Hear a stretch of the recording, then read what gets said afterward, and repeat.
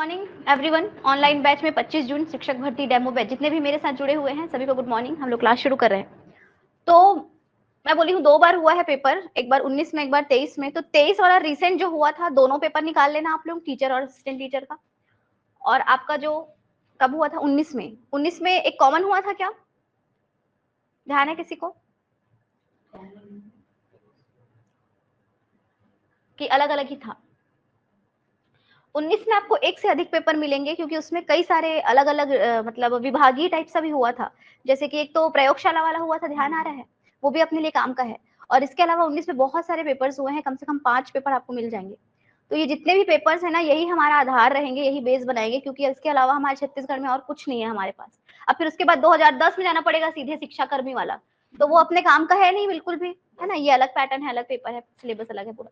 तो इस तरीके से आप ये 2 पेपर्स अपने पास प्रिंट करके शुरू से रखेंगे। आप चाहे तो पूरा का पूरा पेपर रख लो, क्योंकि हर सब्जेक्ट में काम आएगा, या फिर इंग्लिश का अलग से रख लो, वो भी मेरे काम आएगा। ठीक है, तो उससे क्या है, आपको समय समय पे पैटर्न मैं बताया करूंगी कि कैसा होता है।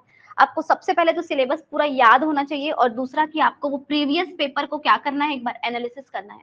उसको एक बार एनालिसिस करना है कि पेपर कैसा आया है, स्तर क्या था, अभी मैं कौन से स्तर पे हूँ और मुझे कहाँ पहुंचना है।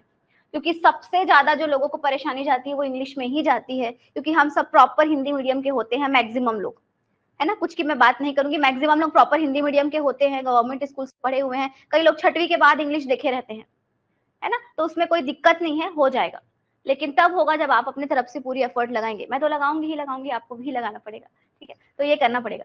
तो देखिए यहाँ पे हम लोग बोल रहे हैं कि सबसे पहले हम लोग को 2 चीजें अपने साथ हमेशा रखना है। एक तो रखना है क्या, सिलेबस, और एक क्या रखना है आपको, previous year papers. Previous year papers रखना है, जिसको मैं एक क्या बता रही हूँ, 2023 का रखना, और कब का रखना, 2019 का। तो आप हमेशा से इसको रखा करेंगे अपने साथ, ठीक है, स्टेपल करके रखा करेंगे। तो ये है। अगर मैं अब अपने सिलेबस के बारे में अंदर आऊं थोड़ा सा, तो थोड़ा सा सिलेबस बताना जरूरी है। खाना खाने के पहले उसको देखते हो ना, तो यहाँ पे वही करना पड़ेगा। सहायक शिक्षक लिखा है, लेकिन यहाँ मैं शिक्षक भी लिख दूं तो कोई अलग बात नहीं होगी। दोनों का सिलेबस ऑलमोस्ट सेम होता है। तो दोनों का सिलेबस ऑलमोस्ट सेम होता है हमारा। इसमें ये जो जो भी आता है आप लोग को बताया गया है, क्या सुबह बता दिया गया है कि इसमें से ये सभी पार्ट आते हैं करके। तो इनमें ये सभी 7 हिस्से हैं, और इनमें से जो अभी हम पढ़ने वाले हैं वो सीधे कौन सा होगा, सामान्य अंग्रेजी। खुद ही देख लो, नाम में सामान्य बोला है, मतलब एकदम आपको मास्टरी उसमें करनी नहीं है, जनरल इंग्लिश पढ़ना है, जितना आपको पेपर में काम आएगा, जितने से आप क्लियर कर पाएंगे बस उतना। सामान्य इंग्लिश का वेटेज कितना बता रहा है वो, 25 नंबर। तो ये है हमारा, ठीक है, अच्छा खासा वेटेज है, काफी मैटर करता है इतना नंबर, एक एक नंबर मैटर करता है सिलेक्शन के लिए। तो 25 नंबर की तो बात ही क्या है। अगर इसमें और थोड़ा डीप जाऊं तो मैं अब सीधे भाषा 2 अंग्रेजी को ओपन कर दी हूँ, और इसका सिलेबस यहाँ पे निकल के आया है प्रिंटेड, सॉरी, टाइप्ड फॉर्मेट में। ये सेम सिलेबस मेरे पास देखो टाइप का किया हुआ भी है, लेकिन सबसे ज्यादा इफेक्टिव कौन सा करता है, जो व्यापम जारी करता है ना, देख के ही लगता है हाँ यही है मेरा सिलेबस। आप लोग बार बार इसको देखा करेंगे अब से। तो ये जो सिलेबस है, इसमें सबसे पहले 2 हिस्से हैं, ए और बी लिखा है। देखो यहाँ पे ए लिखा है और यहाँ पे क्या लिखा है, बी। कुल अंक का वेटेज कितना बताई, अभी मैं 25 बताई हूँ मैं। अब देखो 7 4 4 करके कुछ तो भी यहाँ डिवाइड किया है उसने, तो टोटल कितना होता है, 7 4 4। हाँ ठीक है, चलो गणित अच्छा है। तो यहाँ पे कितना हो जाएगा, 15, और बचा कितना, 10। मतलब एक ओवरऑल डिवाइड हम लोग का ऐसा कुछ तो भी है। अभी फिलहाल तो हमारा नोटिफिकेशन आया नहीं है अभी होने वाले परीक्षा का, हम लोग इसको तो बेस मान ले रहे हैं अभी। तो यहाँ पे 15 और 10 का क्या किया गया है, कैटेगराइजेशन किया गया है। 15 नंबर का क्या बोल रहा है वो, सीधे सीधे देखो कॉम्प्रहेंशन, और 10 नंबर का क्या बोल रहा है, पेडागोजी। ठीक है, आप लोग सीजी टेट दिए हो, सी टेट दिए हो, आप लोग शिक्षक भर्ती कभी अपने से पढ़ के दिए होंगे, कहीं और से पढ़े होंगे, तो आपको थोड़ा बहुत पता होगा कि ऐसे 2 हिस्से में पेपर आता है। डायरेक्ट ग्रामर के क्वेश्चंस हमारे पेपर में नहीं देखे जाते हैं। आपको एक तो पैसेज रिलेटेड क्वेश्चंस मिलेंगे, या सीधे क्या मिलेगा, पेडागोजी। देखे हैं, ऐसा तो पता है। तो ये बात है, जैसे कि नॉर्मल व्यापम हॉस्टल वार्डन या कोई भी एग्जाम दोगे, उसमें आता है ना सीधे वॉइस बदलो, ये करो वो करो करके, सीधे आर्टिकल लगाओ, प्रीपोजिशन लगाओ, डायरेक्ट क्वेश्चन आता है। हमारे सिलेबस का जो तरीका है, जो पैटर्न है प्रश्न पूछने का अलग है। वो आपको या तो देखो क्या बोल दिया है, 2 बोल दिया है यहाँ पे सीधे सीधे। 2 मतलब या तो वो एक पोयम पैसेज पैसेज पैसेज ऐसे कुछ करके देगा, तो आपको 2 यहाँ पे क्या मिलेगा, कॉम्प्रहेंशन मिलेगा, और उन 2 कॉम्प्रहेंशन से 7 नंबर के, मैं दोनों का मिला के बता रही हूँ, 7 नंबर का क्वेश्चन रहेगा, जो सीधे कहाँ से रहेगा, उस पैसेज से रहेगा। 7 नंबर डायरेक्ट वहीं से। 4 नंबर का क्या आएगा बोल रहा है, ग्रामर, और 4 नंबर का क्या आएगा बोल रहा है, वोकैब। मतलब ये है इसका कैटेगराइजेशन। आप यहाँ पे 3-4 ले सकते हो, यहाँ पे 2-2 नंबर ले सकते हो पर्टिकुलर एक एक पोयम पैसेज से। इसका मतलब है 2 पैसेज आएगा, अभी दिए थे ना सीजी टेट, ध्यान होगा, ऐसी पैसेज रहेगा, पैसेज से रिलेटेड क्वेश्चन रहेगा। पैसेज से रिलेटेड क्वेश्चन में भी कैसा है, कुछ क्वेश्चन डायरेक्ट उस पैसेज से रहेंगे, जैसे कि लेखक का इस पैसेज से आशय क्या है, जैसे कि आप अगर इस पैसेज को कोई टाइटल दोगे तो क्या दोगे, ऐसे रहेगा, मल्टीपल चॉइस रहेंगे सारे। और कुछ कैसे रहेंगे, ग्रामर के रहेंगे, पैसेज से कोई लाइन उठाएगा और बोलेगा इसको नेगेटिव बनाओ, पैसेज से कोई लाइन उठाएगा और बोलेगा कि इस पूरे वाक्य को अगर आप इंट्रोगेटिव बनाओगे तो क्या होगा, इसका वॉइस बदलिए, कुछ भी हो जाता है, ये ग्रामर हो गया। मतलब डायरेक्ट ग्रामर नहीं आ रहा है, पैसेज के अंदर से ही ग्रामर आएगा। तीसरा वोकैब, पैसेज से ही कोई शब्द उठा देगा और बोलेगा इसका समानार्थी बताइए, इसका विपरीत बताइए, कोई एक आध लाइन बोल देगा, बोलेगा इस पूरी लाइन को किससे रिप्लेस किया जा सकता है, मतलब एक तरीके से सिनोनिम हो गया। तो ये तरीका होता है प्रश्न पूछने का, मतलब अपने को डायरेक्ट ग्रामर वोकैब नहीं, पैसेज के थ्रू ग्रामर और वोकैब की तैयारी करनी है। आपका वोकैबुलरी बहुत स्ट्रांग होना चाहिए अगर आप एक्चुअल में 25 में 25 लाना चाहते हैं। तो सबसे ज्यादा मुश्किल वही आ रही है आजकल लोगों को, अंग्रेजी के शब्द ही प्रॉपर याद नहीं रहते हैं तो मुश्किल जाएगी। तो आपका 15 नंबर का तैयारी कैसे करना है आपको, पैसेज और पोयम ये सब थोड़ा कॉम्प्रिहेंशन वगैरह की तैयारी के साथ।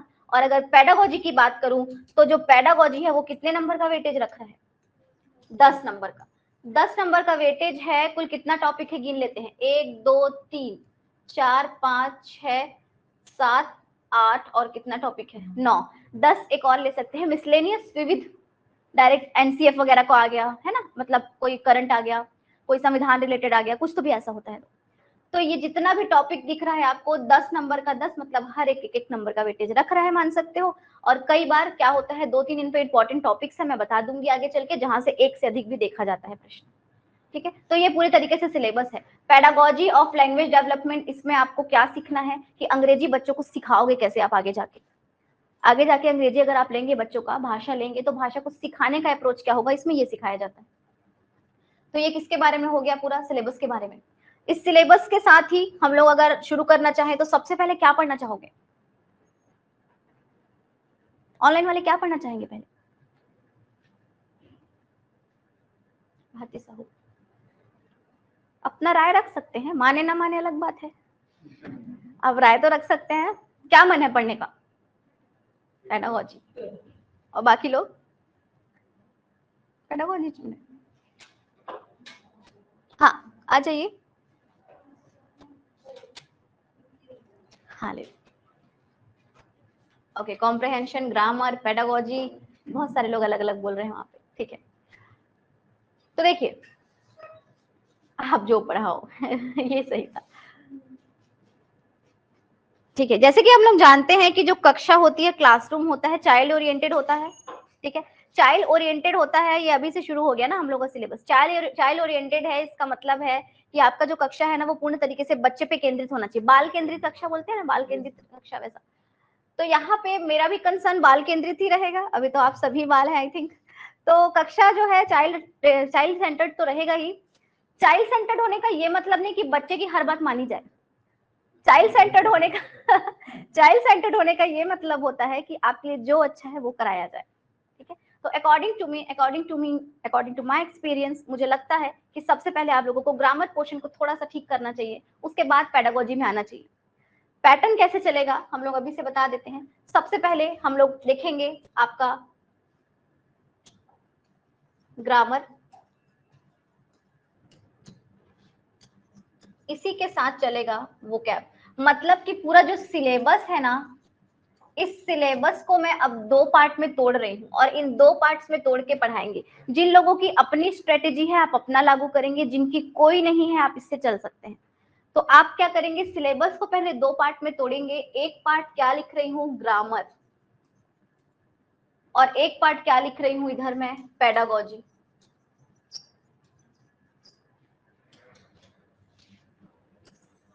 इस ग्रामर को ज्यादा अच्छा रहेगा कि मैं लिख दूं सीधे कॉम्प्रिहेंशन। तो एक मैंने लिखा कॉम्प्रिहेंशन, एक लिखा पेडागोजी। कॉम्प्रिहेंशन में अगेन 2 पार्ट्स, एक क्या है ग्रामर और एक वोकैब, और एक क्या है पेडागोजी। हम लोग क्या करेंगे, सबसे पहले जिस दिन से आपका रेगुलर बैच शुरू हो जाएगा, सबसे पहले मैं इसका एक भेजती हूँ नोट्स। उस नोट्स से क्या होता है ना कि आप प्रतिदिन उस नोट्स में क्या क्या चीजें रहेंगी, इस वोकैब में आपको क्या क्या तैयार करना है, सिनोनिम्स, और क्या लिख रहा है, एंटोनिम्स, और क्या होता है वन वर्ड सब्स्टिट्यूशन, समझते हैं अनेक शब्दों के लिए एक शब्द, जो ईश्वर को मानता है आस्तिक, अब इसी को इंग्लिश में पढ़ना है ये। और इसमें थोड़ा सा आपको देखना पड़ेगा, स्पेलिंग वगैरह नहीं देखा गया है, इडियम्स टाइप से थोड़ा सा आप देख सकते हो। तो ये सभी आपको देखना रहेगा वोकैबुलरी के अंदर। वोकैबुलरी आपकी शब्दावली है, जो शब्द आपके पास बचपन से अब तक मौजूद है वो आपकी शब्दावली है। आपके दिमाग में जो भी शब्द मौजूद है वो आपकी शब्दावली, हर एक की अलग अलग हो सकती है, डिपेंड करता है उसका इंटरेस्ट, उसका एजुकेशन बैकग्राउंड, बहुत कुछ डिपेंड करता है, उसका माहौल, उसका वातावरण, उसका फैमिली बैकग्राउंड भी डिपेंड करता है उस बच्चे की शब्दावली कितनी है। यहाँ पे वही बात है, लेकिन इसको बढ़ाया नहीं जा सकता, ये बोलना गलत होगा। आप इसको इम्प्रूव कर सकते हैं, लेकिन अब हमारे पास समय नहीं है, तो हमको इम्प्रूव करना पड़ेगा याद करके। हमारे पास टाइम नहीं है कि हम आराम से गाने को इंग्लिश में कन्वर्ट कर रहे हैं, मूवी को इंग्लिश में देख रहे हैं, है ना, हर चीज को इंग्लिश में पढ़ रहे हैं। अब टाइम नहीं है, अब याद करना पड़ेगा सीधे सीधे, क्योंकि एकदम हम लोग सर्वाइवल मोमेंट पे हैं। तो यहाँ पे आपको इन सभी के सबसे पहले दिन, जिस दिन मेरा रेगुलर बैच शुरू होता है, उस दिन भेज दिया जाएगा एक नोट्स, जिसमें क्या रहेगा, ये चारों रहेंगे। आपको हर दिन मैं बताऊंगी 5-5, 6-6 वर्ड कैसे करके याद रखने हैं। और ये पूरी तरीके से ना, पता है किसकी जिम्मेदारी होती है, आपकी जिम्मेदारी होती है। कान में फुसफुसा नहीं सकूंगी मैं आके कि इसका समानार्थी क्या होता है, इसका विपरीत क्या होता है। हाँ, ग्रामर मेरे हाथ का है, ये पूरा किसके हाथ का है, मेरे हाथ का है। इस ग्रामर को मेरे को प्रिपेयर कराना है। सबसे पहले क्या पढ़ना पड़ेगा इसमें, पार्ट्स ऑफ स्पीच, जानते हैं पार्ट्स ऑफ स्पीच, वाक्य भेद पढ़ते हैं, संज्ञा, सर्वनाम, विशेषण, क्रिया विशेषण पढ़ते हैं ये सब। इसमें हम लोग को वही पढ़ना रहेगा। मेन अगर बोलूं क्या क्या इसमें पढ़ते हैं ना, तो इसमें हम लोग पढ़ते हैं नाउन। नाउन में भी क्या पढ़ते हैं, नंबर जेंडर, सुने हो, नाउन, नाउन में भी क्या, नंबर और जेंडर। उसके बाद देखते हैं क्या, प्रोनाउन। उसके बाद देखते हैं क्या, एडजेक्टिव। उसके बाद देखते हैं क्या, वर्ब। उसके बाद क्या देखते हैं, एडवर्ब। और उसके बाद देखते हैं प्रीपोजिशन, प्रीपोजिशन। और उसके बाद देखते हैं कंजंक्शन। और एकदम ना पूछा जाने वाला टॉपिक होता है इंटरजंक्शन, क्योंकि 8 होते हैं तो मैं उसको भी नोट कर दी हूँ, लेकिन ये एकदम ना पूछे जाने वाला है, इससे क्वेश्चन देखा नहीं जाता व्यापम में। तो ये बात है। इसके साथ ही ना आपको ग्रामर में पता है और क्या देखना पड़ेगा, ग्रामर में सिर्फ पार्ट्स ऑफ स्पीच से काम नहीं चलेगा। ग्रामर में आप पार्ट्स ऑफ स्पीच तो देखोगे ही, साथ में और भी एक चीज देखना पड़ेगा, दैट इज आर्टिकल। जानते हैं आर्टिकल, ए एन द वाला। इसके अलावा आपको इसमें 3 वाक्य वाले देखने पड़ेंगे, टेंस, वॉइस, और थोड़ा सा मैं बता दूंगी क्या, नरेशन, थोड़ा सा बता दूंगी नरेशन। तो समझ पा रहे हैं, इतना कुछ हम लोग को देखना है ग्रामर के अंदर। और इसको तैयार करोगे ना आप लोग एकदम, जिन लोग नए हैं, जिन लोग पहली बार तैयारी करने की सोच रहे हैं, बहुत ध्यान से सुनिएगा लेक्चर को। जिन लोग नए हैं उनको बता दूं, 4 नंबर जो है ना, वो उतना सारा पढ़ के वो 4 नंबर कवर होगा। ठीक है, उतना सारा पढ़ के वो 4 नंबर कवर होगा। क्या क्या पढ़ना है, पार्ट्स ऑफ स्पीच। नाउन मतलब संज्ञा, किसी व्यक्ति, वस्तु, स्थान, भाव आदि के नाम को संज्ञा कहते हैं, बचपन से जानते हो। प्रोनाउन मतलब सर्वनाम, संज्ञा के स्थान पे जो प्रयोग होगा। राम के लिए ही बोल सकती हूँ, सीता के लिए शी बोल सकती हूँ, ये प्रोनाउन हो गया। एडजेक्टिव मतलब संज्ञा और सर्वनाम की विशेषता बताने वाले कारक को विशेषण कहते हैं। राम इज अ बॉय, साधारण बात है।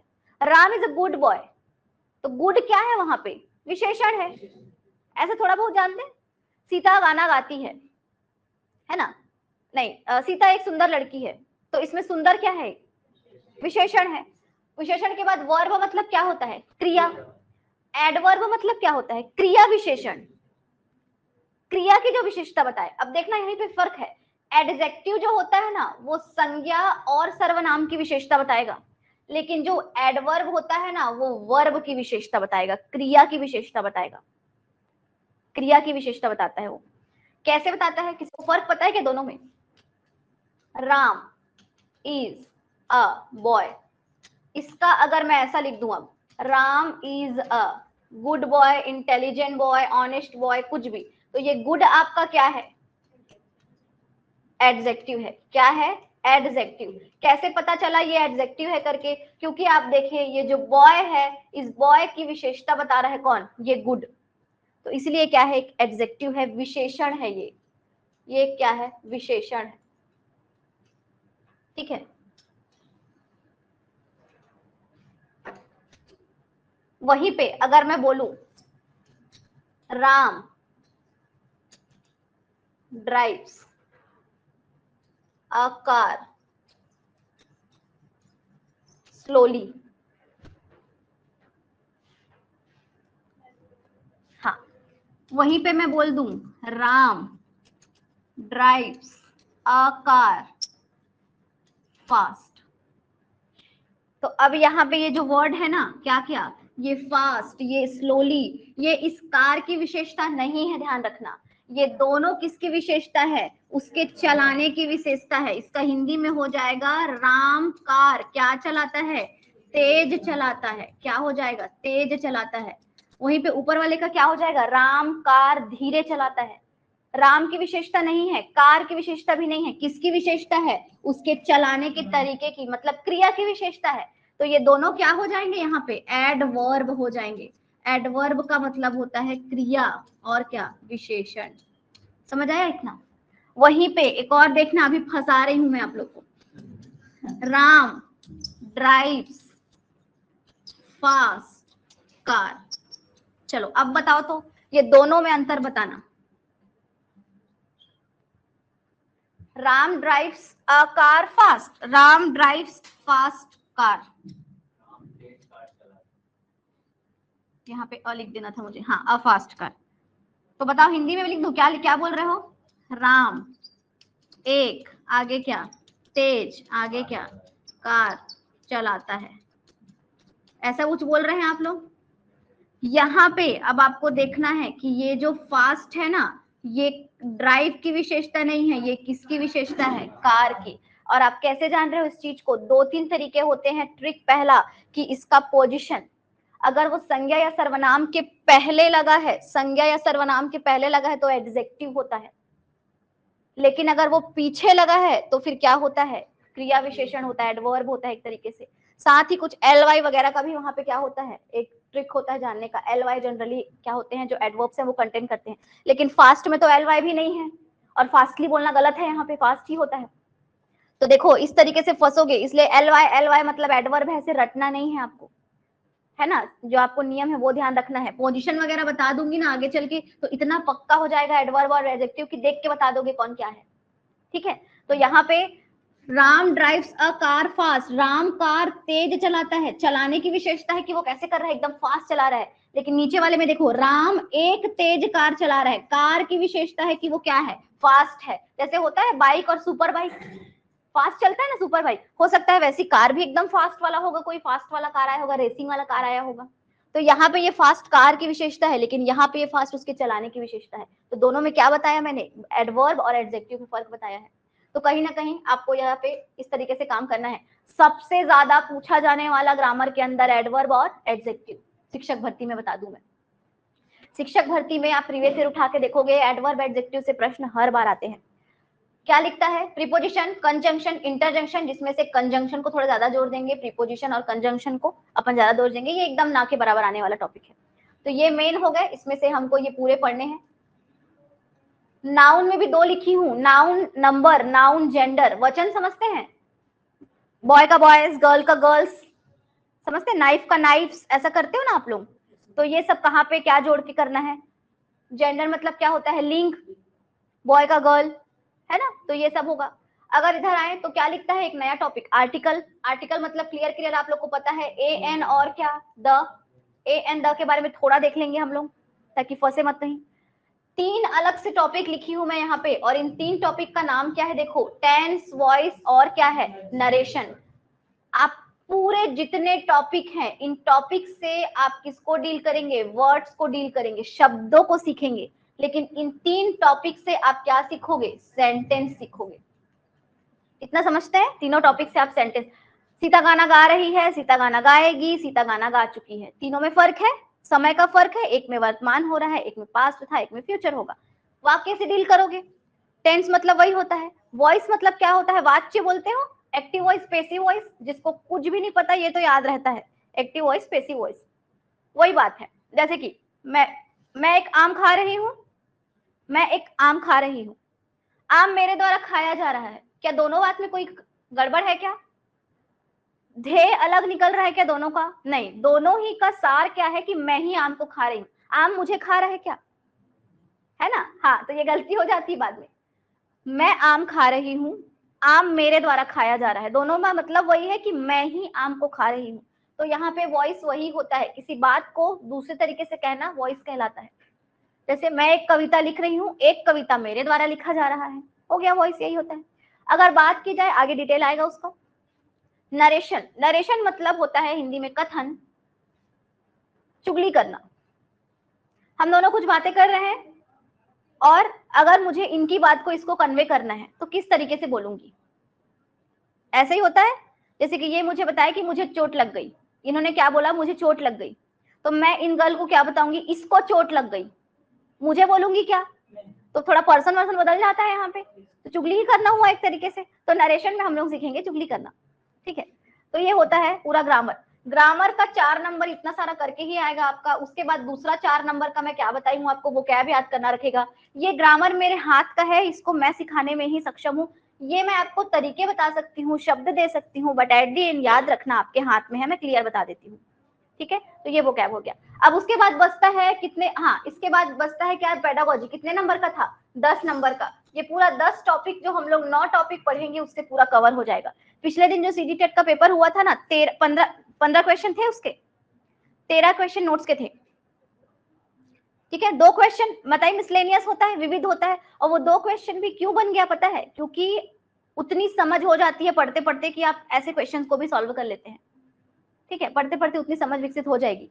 अगला क्या बच गया? अब एक ठोक मेन 7 नंबर का, और जिसको क्या बोलते हैं? कॉम्प्रहेंशन। 2 पैटर्न करवाऊंगी इसका, एक पैसेज वाला और एक क्या वाला? पोयम वाला। और ये हमारा पैरेलल चलेगा, parallel with pedagogy. Pedagogy, parallel with pedagogy. देखिए समझना होता क्या है ना, सिलेबस अब मेरा पूरा यहाँ कंप्लीट हो गया है। जो लोग एक्चुअल में मन में ठान के रखे हो कि इस बार मेरे को शिक्षक भर्ती निकालना है, अपना स्ट्रेटेजी है तो ठीक है, नहीं है तो ये कर सकते हो आप काम। क्या करेंगे हम लोग? शुरू से सबसे पहले हम लोग ग्रामर पढ़ेंगे, अभी शुरू करेंगे ग्रामर। ग्रामर जैसे ही हमारा पूरा होता है, हम लोग जाते हैं किसकी ओर? पेडागोजी ओर। लेकिन पेडागोजी में जाने से पहले एक दिन फिगर ऑफ स्पीच, समझते हैं फिगर ऑफ स्पीच, उसकी क्लास होती है मेरी। फिगर ऑफ स्पीच के साथ साथ हम लोग पैरेलल प्रैक्टिस करते हैं कॉम्प्रहेंशन की। मतलब पेडागोजी का एक टॉपिक हुआ तो दूसरे दिन एक आठ मैं पैसेज सॉल्व करवा दूंगी, एक आठ पोयम सॉल्व करवा दूंगी। इस दिन पेडागोजी का दूसरा टॉपिक हुआ, फिर पैसेज पोयम सॉल्व करवा देंगे, समझ गए। तो अपना दोनों पैरेलल चलते चलते पूरा सिलेबस कवर हो जाता है। क्योंकि एट द एंड हम लोग को ग्रामर सीख के कोई काम नहीं है, हमको प्रैक्टिस करनी है किसकी? कॉम्प्रहेंशन की। पेपर तो यही फॉर्म में आएगा ना। तो ये अपना बेस बनाने का है, मतलब बेसिक है, मेरा नींव है। और ये मेरी रहेगी क्या? आपकी दीवार। ये उस पर ढलाई वाला छत बना देंगे, पूरा घर तैयार हो जाएगा। तो इस तरीके से हमारा सिलेबस क्या होगा, आगे चलेगा। तो यहाँ तक 25 मिनट लिया मैंने पूरा सिलेबस सॉल्व करने में, स्ट्रेटेजी बनाने में, ठीक है। क्योंकि मैं आज से मेरी क्लास तो शुरू हो रही है, अब आपकी डिपेंड करती है कब से कब तक चलेगी, लेकिन मेरी क्लास तो आज से शुरू हो गई है और मेरा स्ट्रेटेजी ये रहता है पढ़ाने का, और आप सब इसको जो नए हैं मान सकते हैं। तो चलिए शुरू करते हैं। क्या शुरू करेंगे? ग्रामर। ग्रामर तो देखिए सिलेबस एकदम क्लियर हुआ दिमाग में सबके? पूरा एकदम क्लियर होना चाहिए। हरीश, बहुत सारे फैक्टर्स होते हैं, मैं एकदम कमिट तो नहीं कर पाऊंगी इतने दिन में हो जाएगा करके। काफी सारे फैक्टर्स होते हैं। एक तो मेरे लर्नर्स की स्पीड होती है, मेरे लर्नर्स की एबिलिटी होती है, मतलब आप सभी की कि आप कितना जल्दी कवर करते हैं चीजों को, है ना। तो काफी सारी चीजें होती है। हरीश, हाँ अवेलेबल तो मैं हूँ, खैर मेरी अवेलेबिलिटी पे कोई शक नहीं है, मैं रहूंगी अभी। तो चलिए हम लोग ना कुछ बातें करते हैं सबसे पहले, जो कि हमारे आने वाले टॉपिक से रिलेटेड ही रहेंगे। अगर मैं कोई बात कह रही हूँ, मैं कुछ भी यहाँ पे बात कर रही हूँ, तो मैं क्या हूँ अपने लिए? First person. हमेशा अपने आप को ग्रामर में और जीवन में फर्स्ट प्रायोरिटी पे रखना, पहले नंबर पे, है ना। मैं पहले, पति बच्चे बाद में, है ना। मैं पहले हमेशा। तो हमेशा अपने आप को फर्स्ट प्रायोरिटी पे रखना है। यही वजह है कि मैं जो होता है, आई जो होता है, वो आई जो होता है वो हमेशा कौन से पर्सन पे रहेगा? फर्स्ट रहेगा। आई मतलब आप लोग क्या जानते हो? मैं। चलो हो गया। इसके अलावा अगर मैं जो है, मैं अगर इनसे बात कर रही हूं तो मैं तो अभी भी फर्स्ट पर्सन हूं, लेकिन ये मेरे लिए क्या है, सेकंड पर्सन। मैं एक हूं, ये दो है। वो अपने लिए फर्स्ट पर्सन है और मैं उनके लिए क्या हूं, सेकंड पर्सन। इसका मतलब है कि जो तू होता है, तू, तुम और क्या आप जो बोलते हो, तू मन आप मन, ये सब क्या हो जाएगा, यू हो जाता है। इंग्लिश में एक ही शब्द है इसके लिए, यू। तो ये हो गया यू। एक्चुअली ये तू वर्ड एकदम गलत है और मुझे पसंद भी नहीं है, तो हम इसको तुम और आप लिखेंगे, ठीक है, यू। इसके अलावा अब ये हो गया किसके बारे में, फर्स्ट पर्सन के बारे में, और किसके बारे में बात हो गई, सेकंड पर्सन के बारे में। अब हम दोनों बात कर रहे हैं, इमेजिन करना आप सब अपने अपने लिए फर्स्ट पर्सन हो, आप सबके लिए मैं सेकंड हूं, मेरे लिए मैं फर्स्ट, ये सेकंड है। अब इस बार हम दोनों मिलके इनके बारे में बात कर रहे हैं। तो मैं फर्स्ट हूं, ये सेकंड है, और ये कौन है, थर्ड पर्सन है। थर्ड पर्सन, अभी तो फिलहाल मैंने एक लड़की को यहाँ पे इंगित किया, तो ये एक लड़की है, मतलब थर्ड पर्सन क्या है, एक वह, कैसे बोलेंगे, चुगली करेंगे ना, वो लेट आई आज। हम लोग बोलने चलने में ना अशुद्ध बोलते हैं, वो बोल देते हैं, एक्चुअली बोलना चाहिए वह लेट आई, वह अच्छा पढ़ती है, ऐसा बोल सकते हैं। मतलब वो जो वह है, ये वह जो कि एक क्या है, फीमेल है, उसको क्या बोल दोगे आप लोग, शी। तो ये एक बात हो गई, ये एक बात हो गई। तो ये क्या हो गया बोल रही हूं मैं, यहां से क्या हो गया, थर्ड पर्सन, ठीक है। वहीं पे एक और भी बात हो सकती है, हम दोनों, मैं फर्स्ट पर्सन सेकंड पर्सन, इस बार इनके बारे में बात कर रहे हैं। अब तो ये लड़की नहीं है, ये कौन है, बॉय है। तो इनको क्या लेंगे हम लोग, अभी भी इनको क्या लेंगे, वह, लेकिन इसको क्या लेंगे, ही लेंगे। और अभी ये कौन है, मैस्कुलाइन, मेल, लेकिन ये भी थर्ड पर्सन ही है। तो एक लाइन भी खींच सकते हैं आप यहां से, आप ये एक लाइन, ये दूसरी लाइन और ये तीसरी लाइन, ये एक लाइन, ये दूसरी लाइन और एक तीसरी लाइन। तीसरी बात, मैं first person, you second person, he और शी थर्ड पर्सन। लास्ट तक काम आएगा ये कंसेप्ट, याद रखते जाइए। लेकिन अगर मैं इस बार बोलूं, हम लोग, मैं और सेकंड पर्सन, मैं और तुम मिलके इस बार एक बॉटल के बारे में बात कर रहे हैं, बॉटल कितना अच्छा है, तो क्या बोलते हो, यह कितना अच्छा है, यह बोलते हो, यह कितना अच्छा है। इस बार मान लो हम लोग इस टीवी के बारे में बात कर रहे हैं, पंखे के बारे में बात कर रहे हैं। अब तो यहाँ पे ही भी नहीं है, शी भी नहीं है, लेकिन फर्स्ट और सेकंड मिलके किसके बारे में बात कर रहे हैं, थर्ड पर्सन है, वो अभी भी हमारे लिए थर्ड पर्सन है। हालांकि वो जीवित नहीं है, निर्जीव है, लाइफलेस है, लेकिन अभी भी थर्ड पर्सन है वो। तो अब उसको आप लोग क्या बोलते हो, अभी भी वह ही बोलते हो, लेकिन ये एक इस बार क्या रहता है, वस्तु, लाइफलेस लिख दूं, निर्जीव।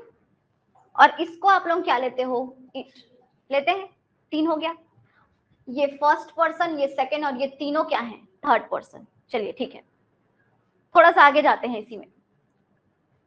अब अगर मैं इस बार बोलूं कि आई और ये जो सेकंड पर्सन है, मैं फर्स्ट पर्सन, ये मेरे साथ सेकंड पर्सन, इस बार हम दोनों मिलके एक समूह के बारे में बात कर रहे हैं। हो सकता है पिछली वाली क्लास में शोर मचा रहे होंगे, तो हम लोग, मैं और ये मिलके क्या करेंगे, देखो लोग कितना शोर मचा रहे हैं, ऐसा बोलेंगे। तो क्या बोली मैं, वो लोग बोली, शुद्ध होता है वे लोग, वे। तो चूंकि पीछे वाली कक्षा में हम लोग शामिल है क्या, बोलने वाला शामिल है क्या, नहीं है, मतलब वो भी थर्ड पर्सन होंगे। मतलब वे जो मैं बोल रही हूँ, वे, ये क्या होगा इंग्लिश में, दे। और ये क्या होता है, एक से अधिक इसमें कौन हो सकते हैं, ही हो सकते हैं, एक से अधिक इसमें क्या हो सकते हैं, शी, या एक से अधिक इसमें ही और शी का जोड़ी कॉम्बिनेशन भी हो सकता है। समझ आई बात। तो ये पूरा किसके बारे में था, दे के बारे में था, और ये भी थर्ड पर्सन है। तो ये तो समूह बताई मैं एक, चलो, लेकिन एक और समूह होता है जिसमें आप भी शामिल होते हो। हाँ, कोई तो बोला, धीरे से, ठीक बोला। चलो अगर मैं बोलती हूं, चलो हम सब घूमने चलते हैं, हम सब घूमने चलते हैं करके, मतलब वो हम में मैं भी शामिल हूं क्या, बिल्कुल शामिल हूं। तो आई जिस भी समूह में शामिल होगा, मतलब आप जिस भी समूह में शामिल होगे उसको हम बोल देते हो, और उस हम के लिए क्या होता है इंग्लिश में, वी। अब उसको मैं फर्स्ट पर्सन में क्यों रखी हूं, क्योंकि आप क्या होते हो, फर्स्ट पर्सन, और जिस समूह में आप रहोगे वो भी क्या होगा, फर्स्ट पर्सन। समझ आए थोड़ा थोड़ा। तो कुल मिला के यहाँ पे आपको कितना मिला है, एक तो मिला है क्या, आई, एक तो मिला है क्या, वी, एक मिला है यू, ही शी इट, और क्या मिला है, दे मिला है। तो कुल मिला के इतने सारे हम लोगों को मिले हैं, लगभग 7 हैं। यहीं पे एक चीज देखना, ये जो यू होता है, एक के लिए भी यू ही लगाऊंगी, एक से अधिक है तो भी यू ही लगाऊंगी। इनके लिए भी मैं यू लगाई, गर्ल के लिए भी मैं यू लगाऊंगी, और आप सब के लिए भी मैं यू ही लगाऊंगी। बात अलग है, बोलने के समय हम लोग उसमें ऑल ऑफ यू, है ना, यू ऑल ऐसा जोड़ देते हैं ताकि सबको संबोधन मिल जाए। आते ही मेरा पहला वर्ड रहा होगा good morning all of you, तो क्योंकि मैं चाहती हूँ कि मेरा संबोधन सबको जाए, इसीलिए मैंने ऑल ऑफ करके लगा दिया, लेकिन यू बोलूंगी तो भी आप सबके लिए ही रहेगा वो। तो यू जो होता है ना, तुम आप तो ठीक है, लेकिन तुम सब, और क्या लिख रही हूँ, आप सब, मतलब ये सिंगुलर के लिए भी लगेगा और प्लूरल के लिए भी लगेगा। तो कुल मिला के आपने 3 चीजें नई नई यहाँ पे सीखी है। एक आपने क्या सीखा, क्या बोलते हैं इसको, पुरुष, जिसको क्या बोलते हैं, पर्सन।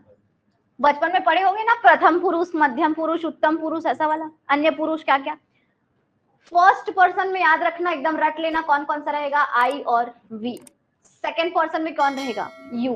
थर्ड पर्सन में कौन रहेगा, ही, शी, इट, और क्या है, दे, ये सभी रहेंगे। तो ये पर्सन थे, और ये जो इतने सारे लिख रहे हैं यहाँ पे, इतना सारा जिसको मैं बॉक्स बना रही हूँ, ये सभी कहलाते हैं आपके सब्जेक्ट्स। ये सभी क्या कहलाएंगे, आपके सब्जेक्ट्स। इन्हीं को कहते हैं हम सब्जेक्ट। आप इसको आगे चल के प्रोनाउन के रूप में भी पढ़ोगे। एसी बंद करना है। जो नियरेस्ट बैठी हुई है कृपया करके आप कर लो, आप कर लो जाके। आप पुराने स्टूडेंट हैं, हम आपको बोल सकते हैं। हमारे यहाँ जो आज अतिथिगण हैं उनको हम नहीं उठाएंगे। हाँ वही वाला, यस। हो गया क्या, देख लो, नहीं हुआ है। जैसे नाम लो, राम, राम लोगे नाम, तो राम आई होगा क्या। आप कोई तीसरे को, किसी और को बुला रहे हो, अन्य को बुला रहे हो, जैसे कि इसका नाम क्या नाम है आपका, पंकज, पंकज को बुला रहे हैं हम लोग, ठीक है।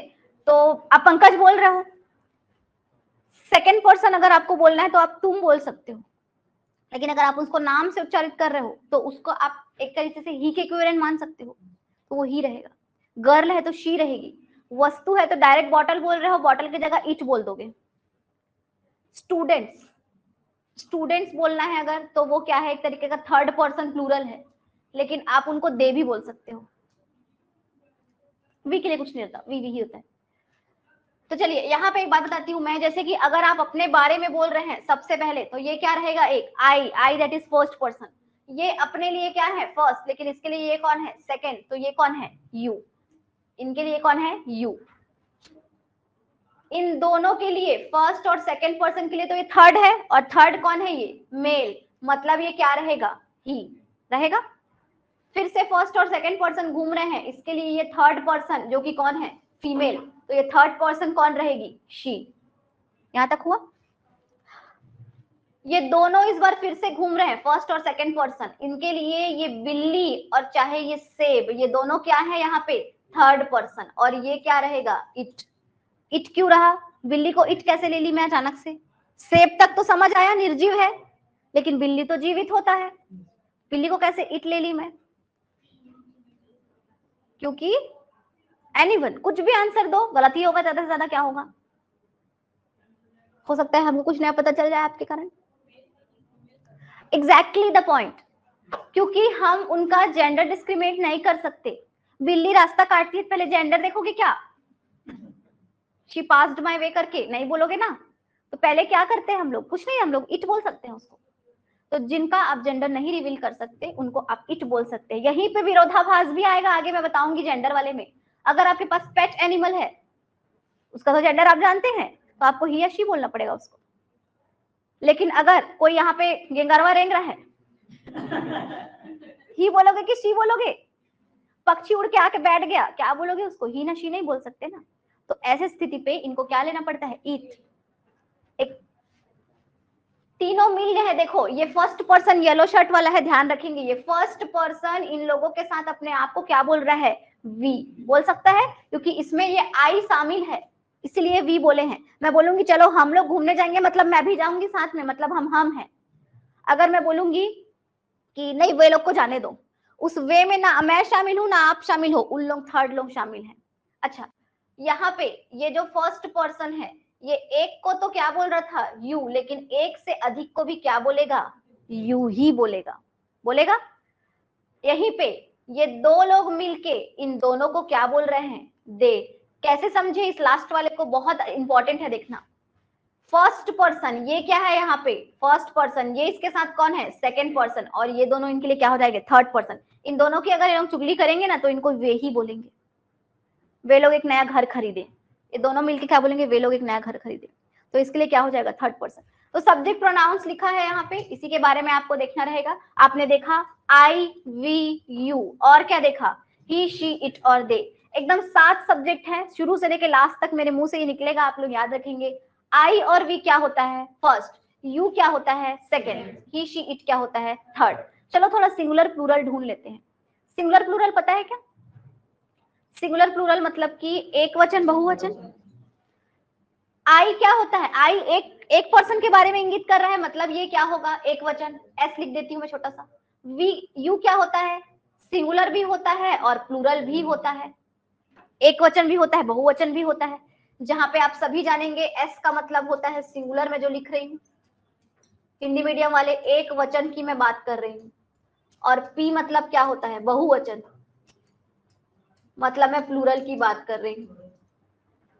वी किसके बारे में था, प्लूरल के बारे में था। वी में हमेशा एक से अधिक लोग ही समूह रहेंगे, एक से अधिक, 2 लोग भी हो गए तो हम कहलाएंगे, मतलब एक से अधिक है तो क्या हो गया, बहुवचन। ही क्या होता है, एक वचन। शी क्या होता है, एक वचन। इट क्या होता है, एक वचन, लेकिन दे क्या होता है, बहुवचन। वी समूह होता है जिसमें एक से अधिक लोग शामिल है, पर उसमें आई भी शामिल होता है। दे भी एक समूह है, लेकिन दे में आई शामिल नहीं होता है, बस इतना ध्यान रखेंगे, दे में आई शामिल नहीं होता है। तो ये है जिसमें से आपको मिला सिंगुलर प्लूरल, कुछ तो भी मिल गया है। तो हम लोगों का जो टेबल था उसमें से 2 याद हो गया है, एक पर्सन वाला, एक कौन सा वाला, सब्जेक्ट वाला। चलो एक थोड़ा सा आगे जाते हैं, थोड़ा सा आगे जाते हैं हम लोग इसके। अब तो देखिए, अगर मैं बोलूं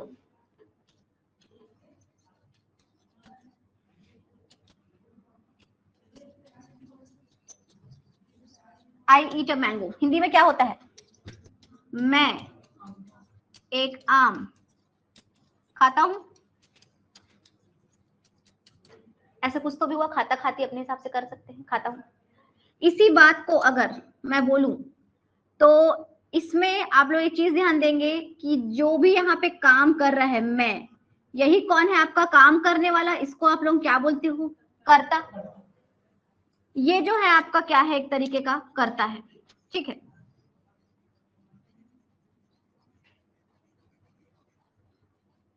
ये आप लोग का क्या है, एक कर्ता है। मैं आम खाता हूं, एक आम खाता हूं। यहाँ पे खाने की जो क्रिया है वो कौन सी है, खाता हूं। यहाँ पे जो काम हो रहा है वो क्या हो रहा है, खाने का, मतलब ये खाने की क्या कहलाएगा, क्रिया। और जो बच गया आपका, मतलब एक आम, इसको बोलते हैं कर्म। हमेशा कर्म में अगर कंफ्यूजन आए ना तो आप लोग ये सोचना, सीधे सीधे सवाल करना किस पे, क्रिया पे, कर्ता से नहीं, क्रिया पे सवाल करेंगे आप लोग। मैं क्या खाता हूं, तो समझ आएगा एक आम खाता हूं, तुरंत उत्तर मिल जाएगा। तो जब भी आपको कर्म के लिए क्वेश्चन आए ना तो आप क्रिया पे क्या करोगे, प्रश्न करोगे। क्रिया पे प्रश्न करोगे ना तो आपको तुरंत मिल जाएगा कर्म कौन सा है, बीच वाला। मैं दिल्ली जा रहा हूं, मैं कहां जा रहा हूं, दिल्ली, आंसर आ जाता है तुरंत। तो मैं मतलब सब्जेक्ट, कर्ता, खाता हूं यहाँ पे क्रिया है, और बच गया वो पूरा क्या हो जाता है, कर्म हो जाता है। तो ये तो चलो हिंदी का सीक्वेंस हो गया। कर्ता को इंग्लिश में क्या बोलते हो, सब्जेक्ट। कर्म को क्या बोलते हो, ऑब्जेक्ट। और क्रिया को क्या बोलते हो, वर्ब। चलो ये किसके बारे में हो गया, हिंदी के बारे में हो गया। हिंदी में हमारे वाक्य का सीक्वेंस क्या होता है, एस ओ और क्या लिखा है, वी। एस ओ और क्या रहता है, वी। खुद नोटिस करो, मैक्सिमम बातों को आप हर बार ऐसे ही बोलते हो। मैं कविता लिख रही हूँ, मैं घूमने जाती हूँ, मैं खाना पका रही हूँ, है ना, मैं सो रही हूँ। आप हमेशा जो क्रिया होता है उसको अंत में ही बोलते हो। मैं पढ़ाई कर रहा हूँ, मैं इंग्लिश लिख रहा हूँ। आप हमेशा कर्ता को शुरू में बोलते हो, और लिखने की जो प्रक्रिया है या जो भी आपका क्रिया है उसको आप हमेशा हिंदी में कहाँ बोलते हो, आखिरी में बोलते हो। लेकिन इंग्लिश में भी ऐसा ही होता है क्या, नहीं होता। इंग्लिश में क्या हो जाएगा, चलो कुछ नहीं तो पता, ये तो पता है आई को क्या बोलते हैं, मैं को क्या बोलते हैं, आई। मैं को क्या बोलते हो, आई। एक आम को क्या बोल दोगे, आ मैंगो। एक मतलब वन भी बोलते हैं, लेकिन मैं यहाँ अ मैंगो ले रही हूँ, बताएंगे कारण। खाता हूं की एक क्रिया होती है इंग्लिश में, ईट। आई अ मैंगो ईट, ये वाक्य क्या है, गलत है, सीक्वेंस गलत है, सीक्वेंस गलत है। आप हिंदी में तो जरूर ऐसा बोल सकते हो SOV के फॉर्म में, लेकिन इंग्लिश में अगर आप ये सीक्वेंस बोल रहे हो, अगर इंग्लिश में आप ये सीक्वेंस बोल रहे हो, तो वो क्या है, पूरी तरीके से गलत है। इंग्लिश में बोलने के टाइम आपको सीक्वेंस क्या होना चाहिए, पहले क्या होना चाहिए, एस, मतलब पहले आपको क्या बोलना है, आई। ये अभी भी वही है, लेकिन आपकी जो वर्ब है उसको आपको पहले बोलना है और ऑब्जेक्ट को कहाँ बोलना है, पीछे। मतलब आई के बाद आपको क्या बोलना है, ईच, और ईच के बाद क्या बोलना है, अ मैंगो। ये होता है सही सीक्वेंस इंग्लिश का। मतलब कि अगर इंग्लिश की मैं बात करूं, इंग्लिश की मैं बात करूं, तो इंग्लिश में जो सीक्वेंस हो जाएगा वो हो जाएगा, सबसे पहले क्या लिख दिए हो, सब्जेक्ट, उसके बाद क्या लिख दिए हो, वर्ब, और उसके बाद क्या लिख दिए हो, ऑब्जेक्ट। मतलब इंग्लिश में सीक्वेंस हो जाता है SV और लास्ट क्या है, O। तो SV के बाद क्या आता है, O, स्टार मार्क लगाइए, इसी से आगे पूरा काम है। तो इंग्लिश का सीक्वेंस होता है SVO, मतलब कि सब्जेक्ट, वर्ब और ऑब्जेक्ट होता है। हिंदी में बोल सकते हो SOV करके, लेकिन इंग्लिश में आपको SVO ही बोलना पड़ेगा। तो ट्रेलर देख लिए हम लोग आज की क्लास में, ठीक है, ये ट्रेलर है। तो ये है आपका मेन कंसेप्ट जो आगे आपको पूरे जगह काम आने वाला है, कि इंग्लिश में होता है SV और O, और इसी SVO को आधार बना के हम आगे पूरी पढ़ाई करने वाले हैं। पूरा टेंस इसी आधार पे बनेंगे, पूरा वॉइस इसी से पढ़ेंगे, पूरा नरेशन इसी से पढ़ते हैं पूरा। इवन दो आप आगे जाके कॉम्प्रहेंशन भी बनाएंगे ना, कॉम्प्रहेंशन भी इसी बेसिस पे बनेगा। मतलब इंग्लिश में अगर जो SVO जान गया, वो पूरा उसको निकाल लिया, समझ लीजिए। आपका आज का एक प्राइमरी, एक सबसे कॉमन छोटा सा होमवर्क रहेगा आज की क्लास का, और वो होमवर्क है, आप घर जाएंगे, आप घर जाके फाइंड करेंगे, फाइंड SVO इन सेंटेंसेस। किसी के पास कोई किताब होगी वो खोल लेना, किसी के पास किताब नहीं है तो आप गूगल पे जाएंगे, यूट्यूब में नहीं जाना है, गूगल पे जाना है। गूगल में जाके लिखना सिंपल सेंटेंसेस करके, लिखने भी नहीं आता तो बोल भी सकते हैं, आजकल तो सुविधा है ना। बोलेंगे, क्या बोलेंगे, सिंपल सेंटेंसेस, वो 4 5 10 ठो निकाल के देगा। आप कोशिश करना उसमें खोजने का कि S क्या है, V क्या है, O क्या है।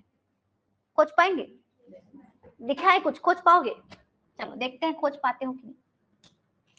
चलो खोज के बताना। हिंदी में पहले कोशिश करो, मेरी बहन नियमित रूप से मंदिर जाती है। काम कौन कर रहा है यहाँ पे, कर्ता कौन है, मेरी बहन। ध्यान रखेंगे, जो काम को अंजाम दे रहा है वो कर्ता कहलाता है। यहाँ पे जाने का काम कौन कर रही है, मेरी बहन। तो यहाँ पे मेरी बहन क्या है, कर्ता है। तो ये क्या है, S लिख दूं तो बच जाओगे।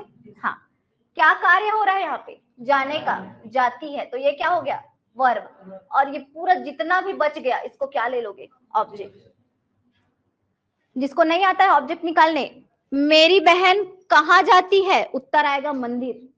मेरी बहन कैसे जाती है, नियमित रूप से जाती है। दो ऑब्जेक्ट है एक्चुअली में यहाँ पे। खैर वो आगे का बात है आपका। फिलहाल आपका काम है 3 चीज निकालना है, SV और O। चलो इंग्लिश में निकालते हैं। माय सिस्टर क्या हो जाएगा यहाँ पे, S। क्रिया क्या हो जाएगी, गोज। क्यों गोज लिखा है, आगे आएगा, टेंशन नहीं लेना है। केवल आपको 3 चीज निकालना है और कोई चीज नहीं निकालना है। V बच गया पूरा, क्या लिख दोगे, object. She does not write any letter, चलो नॉट आउट आ गया तब भी बता दो। She does not write any letter। चलो हिंदी में आते हैं, हिंदी ज्यादा अच्छे समझ आता है। चलो, वह कोई पत्र नहीं लिखती है। इसमें कर्ता कौन है, काम कौन कर रहा है, वह। चलो एक चीज मिल गया, वह मतलब सब्जेक्ट। क्या काम हो रहा है, लिखने का। ये लिखने का बस क्या है आपका, वर्ब। और जितना बच गया वो क्या है, ऑब्जेक्ट। ऐसा होता है। अब यहाँ पे ये जो नहीं है इसको आप वर्ब के साथ ही शामिल कर लो, बच गया वो क्या होता है, ऑब्जेक्ट। यहाँ भी वही काम करो। कर्ता कौन है, शी। आप देख भी पा रहे हो, मैं I we you he she it में शी बताई भी हूँ।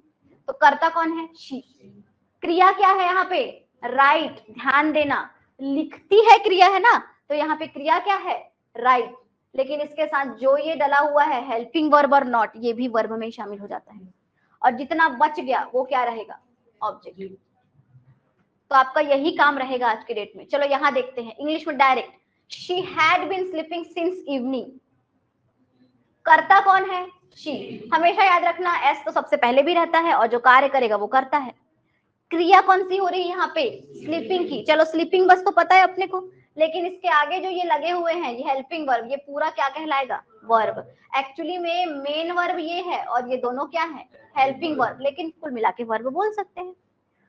बच गया जितना, आंख बंद करके क्या लगा दो, ऑब्जेक्ट, हो जाएगा ये काम। तो यही है आपकी आज का होमवर्क कि आपको कोई भी वाक्य में घर जाके देखना है और उसमें ढूंढने की कोशिश करना है कर्ता कौन है, क्रिया कौन है, कर्म कौन है, इंग्लिश के वाक्यों में ढूंढना है। ठीक है, तो आपको थोड़े बहुत क्रिया वगैरह भी समझ आएगी, जैसे कि सोने के लिए स्लीप बोल दिए, टेल मतलब बताना हो गया, थोड़ा बहुत वहां से और एक आध थोड़ा सा एक्सरसाइज, माइंड एक्सरसाइज हो जाता है। तो हमने हाँ, माई सिस्टर ऑब्वियसली थर्ड में आएगा, लेकिन वहां पे माई क्या चीज है वो आपको कल पता चलेगा। यहाँ पे देखिए एसवी और रूल बताई में अभी किसी भी वाक्य का सबसे पहले क्या लिखते हैं, आई सब्जेक्ट, उसके बाद क्या लिखते हैं, वर्ब, उसके बाद क्या लिखते हैं, ऑब्जेक्ट। जैसे कि आई राइट अ लेटर करके कोई वाक्य है जिसमें आई काम करने वाला है, मैं लिखता हूं, क्या लिखता हूं, लेकिन एक पत्र, क्या लिखता हूं, एक पत्र। तो हिंदी में तो आप ऐसा बोलते हो, लेकिन इंग्लिश में आई राइट अ लेटर ही बोल सकते हो, यहाँ पे आई राइट ही लेटर ही बोल सकते हो। यहीं पे आपको थोड़ा संज्ञा सर्वनाम पता है क्या, संज्ञा सर्वनाम पता है, दुनिया का कोई भी चीज जिसका कोई नाम हो संज्ञा है। पेन नाम दे दिए संज्ञा है, बोर्ड संज्ञा है, टीवी संज्ञा है, गर्ल, वुमन, टीचर, कुछ भी बोल लो संज्ञा है। तो दुनिया का हर वो चीज जिसका कोई नाम है संज्ञा है। जैसे कि आप लोग डेफिनेशन भी पढ़ते हैं, noun is a name of person, place, thing, animal, पढ़ते हैं, क्वालिटी, कंडीशन, एक्शन, इमोशन, आगे और आएगा। तो ये सब क्या है, नाउन होते हैं। तो यहाँ पे आप देख पा रहे हो कि जो सब्जेक्ट है हमेशा क्या रहेगा, बोल रहा है नाउन या प्रोनाउन, इस पे कल आऊंगी मैं। और ऑब्जेक्ट भी क्या रहेगा, बोल रहा है नाउन या प्रोनाउन। या तो वो हमेशा कोई संज्ञा रहेगी या तो संज्ञा के स्थान पे प्रयोग होने वाला शब्द रहेगा। तो इस चीज को दिमाग में थोड़ा सा रख लेना कि संज्ञा या सर्वनाम रहेगी हमेशा सब्जेक्ट और ऑब्जेक्ट, है ना। एक ही दिन में सब कुछ समझ तो आएगा नहीं, है ना, धीरे धीरे ही आगे बढ़ना पड़ेगा। तो आगे की क्लास में हम लोग देखेंगे बिल्कुल। यहाँ पे भी कुछ एग्जाम्पल्स हैं आपके लिए। ही ड्राइव्स अ कार, चलो सब्जेक्ट क्या है, ही, वर्ब क्या है, ड्राइव, बच गया क्या है, ऑब्जेक्ट। दे वेंट टेम्पल, दे क्या है, सब्जेक्ट, वेंट मतलब गो का सेकेंड फॉर्म, वर्ब, और ये क्या है, ऑब्जेक्ट। तो यही छोटे छोटे काम है। ये देखो यहाँ पे एक्सरसाइज है काफी सारा, तो आप यहाँ से भी देख सकते हो। ये पीपीटी के फॉर्मेट में आपके ऐप में मिल जाएगा, आपको पीपीटी के फॉर्मेट में। तो ये हो जाएगा। अभी तो हम लोग बहुत दूर हैं अपने टॉपिक से, अभी हम लोग सिर्फ बेसिक क्लियर कर रहे हैं। आपको अभी 1 2 3 4 टेबल कल और याद करना है। माया वाला पूछ रहे थे ना आप, कौन तो अभी पूछ रहा था, माया वाला आएगा कल, क्या होता है। सबसे बेसिक, सबसे नींव है ये, सबसे नींव। किताबों में केवल डिब्बा टेबल बना के दे देते हैं, समझाएगा कोई नहीं, है ना। तो आप केवल कल इसको ध्यान से समझिएगा। ये समझ गए, उसके बाद कल एक और टेबल आएगा और उसके बाद आप लोगों का शुरू हो जाएगा सीधे सीधे टॉपिक। टॉपिक से अभी हम लोग बहुत दूर है। तो कल की क्लास में हम लोग देखेंगे, आपको 7 मिनट में ये पूरे 12 के 12 सिंटेक्स रट जाएंगे। 7 मिनट देना बस मेरे को, क्लियर है। आता है सबको टेंस, भूल गए हैं क्या, भूल भी गए हैं तो कोई बात नहीं, फिर हम लोग करेंगे कुछ एमसीक्यूज और उसके बाद हो जाएगा। Thank you. तो कल करते हैं आगे इसके, ठीक है। तो आज की क्लास में सिलेबस देखा हमने, थोड़ा सा सेंटेंस पैटर्न देखा कि अंग्रेजी के वाक्य में सीक्वेंस एस वी और क्या रहेगा, ओ रहेगा, रट के रख लो इसको एकदम से। आगे हम लोग कल जाके और थोड़ा टेबल देखेंगे, क्या होता है मी, माय, माइन, क्या क्या होता है ये सब आखिर। और इसके बाद हम लोग अपने जाएंगे टेंस में, टेंस के बाद जाएंगे वॉइस, नरेशन, थोड़े थोड़े टॉपिक होते हैं छोटे छोटे। और उसके बाद हम लोग जाते हैं सीधे पार्ट्स ऑफ स्पीच आर्टिकल, और उसके सीधे बाद हम पेडागोजी शुरू करेंगे। पेडागोजी के पैरेलल कॉम्प्रिहेंशन का प्रैक्टिस करते हैं। हर दिन 2 पेडागोजी पोयम मैं कराती हूँ क्लास में। क्लियर है? तो मिलते हैं कल। Thank you. ऑनलाइन बैच में किसी को कोई डाउट है तो अभी आप पूछ सकते हैं। Thank you Harish, thank you.